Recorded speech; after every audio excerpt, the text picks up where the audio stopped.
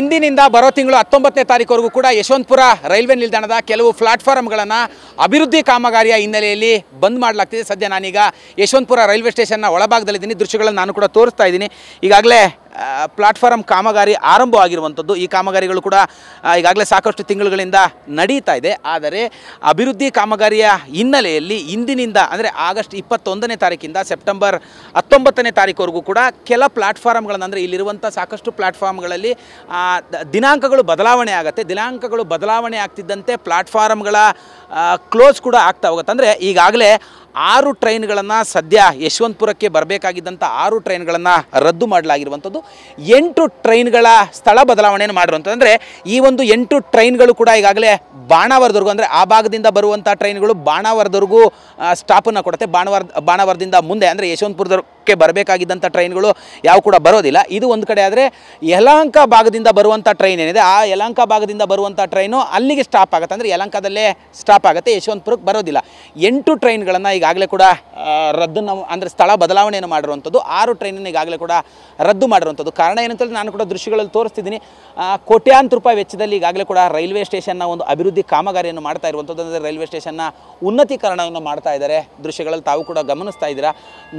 5ರಿಂದ 6 ಫ್ಲೋರ್ಗಳ ಈ ಬೃಹತ್ ಕಟ್ಟಡವನ್ನು ಮಾಡ್ತಾ ಇರುವಂಥದ್ದು. ನಿರಂತರವಾಗಿ ಸ್ಟೇಷನ್ ಏನು ತುಂಬ ವರ್ಷಗಳ ಕಾಲ ಹಳೆಯದಾಗಿತ್ತು. ಆ ಕಾರಣಕ್ಕಾಗಿ ಈ ಒಂದು ಸ್ಟೇಷನ್ನ ಸಂಪೂರ್ಣವಾಗಿ ಹೊಸದರಂತೆ ಈಗಾಗಲೇ ನಿರ್ಮಾಣವನ್ನು ಮಾಡಲಿಕ್ಕೆ ಮುಂದಾಗಿರುವಂಥದ್ದು. ಆ ಕಾರಣಕ್ಕಾಗಿ ಈಗಾಗಲೇ ಸೆಂಟ್ರಲ್ಲಿ ಕೂಡ ಮಧ್ಯಭಾಗದಲ್ಲಿ ಅಂದರೆ ರೈಲ್ವೆ ಸ್ಟೇಷನ್ನ ಮಧ್ಯಭಾಗದಲ್ಲಿ ಕೂಡ ಬೃಹತ್ತಾದಂಥ ಒಂದು ಪಿಲ್ಲರ್ಗಳನ್ನು ಹಾಕಿರುವಂಥ. ಅಂದರೆ ಕಾರಣ ಏನು ಅಂತ ಹೇಳಿದ್ರೆ ಪ್ರತಿದಿನವೂ ಕೂಡ ರಾಜಧಾನಿ ಬೆಂಗಳೂರಿಗೆ ಬೇರೆ ಬೇರೆ ರಾಜ್ಯಗಳಿಂದ ನಮ್ಮ ರಾಜ್ಯದ ಬೇರೆ ಬೇರೆ ಜಿಲ್ಲೆಗಳಿಂದ ಲಕ್ಷಾಂತರ ಪ್ರಯಾಣಿಕರು ಆಗಮಿಸ್ತಾರೆ. ಅದರಲ್ಲಿ ಪ್ರಮುಖವಾಗಿ ಈ ಯಶವಂತಪುರ ಒಂದು ಎಂಟ್ರಿ ಥರ ಅಂತಲೇ ಹೇಳ್ಬೋದು ಬೆಂಗಳೂರಿಗೆ. ಈ ಎಂಟ್ರಿಯಲ್ಲಿ ತುಂಬ ದೊಡ್ಡದಾದಂಥ ಒಂದು ರೈಲ್ವೆ ಸ್ಟೇಷನ್ನ ನಿರ್ಮಾಣ ಮಾಡಬೇಕಾಗತ್ತೆ. ರೈಲ್ವೆ ಸ್ಟೇಷನ್ ಏನೋ ತುಂಬ ದೊಡ್ಡದಾಗೇ ಇದೆ, ಆದರೆ ಇಲ್ಲಿ ಸಾಕಷ್ಟು ಸೌಲಭ್ಯಗಳ ಕೊರತೆ ಇತ್ತು. ಅಭಿವೃದ್ಧಿ ಆಗಬೇಕಾಗಿತ್ತು. ಅಂದರೆ ಪ್ರಯಾಣಿಕರು ಓಡಾಡುವಂಥ ಸಂದರ್ಭದಲ್ಲಿ ಎಸ್ಕ್ಯುಲೇಟರ್ ಆಗಿರ್ಬೋದು, ಈ ಥರದ್ದೆಲ್ಲವನ್ನೂ ಕೂಡ ಅಳವಡಿಸಬೇಕಾಗಿತ್ತು. ಅಳವಡಿಸಲಿಕ್ಕೆ ಸಾಕಷ್ಟು ಸಮಯಾವಕಾಶಗಳು ಬೇಕಾಗುತ್ತೆ. ಅಭಿವೃದ್ಧಿ ಕಾಮಗಾರಿಗಳನ್ನು ಮಾಡಬೇಕಾಗತ್ತೆ. ಆ ಕಾರಣಕ್ಕಾಗಿ ಸಿವಿಲ್ ವರ್ಕನ್ನು ಆರಂಭ ಮಾಡಿಕೊಂಡು ಅದಾದ ನಂತರದಲ್ಲಿ ಸ್ಟೇಷನ್ನ ವಿಸ್ತರಣೆ ಮಾಡುವಂಥದ್ದಾಗಿರ್ಬೋದು, ಸ್ಟೇಷನ್ ಅಭಿವೃದ್ಧಿ ಪಡಿಸುವಂಥದ್ದು ಆಗಿರ್ಬೋದು. ಆ ನಿಟ್ಟಿನಲ್ಲಿ ಈಗಾಗಲೇ ಕಾಮಗಾರಿಯನ್ನು ಮಾಡಿರುವಂಥದ್ದು. ಕಾಮಗಾರಿ ಈಗಾಗಲೇ ಕೂಡ ಸಾಕಷ್ಟು ತಿಂಗಳುಗಳಿಂದಲೇ ನಡೀತಾ ಇದೆ.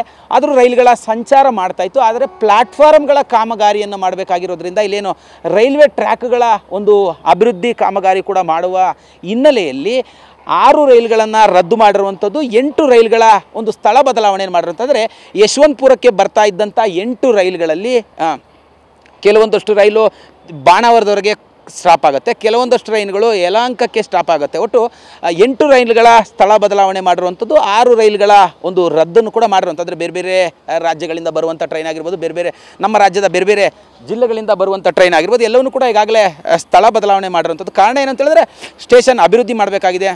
ಅಭಿವೃದ್ಧಿ ಕಾರಣದಿಂದಾಗಿ ಈ ಒಂದು ಮಾಹಿತಿಯನ್ನು ಈಗಾಗಲೇ ರೈಲ್ವೆ ಇಲಾಖೆ ಹೊರಡಿಸಿರುವಂಥದ್ದು.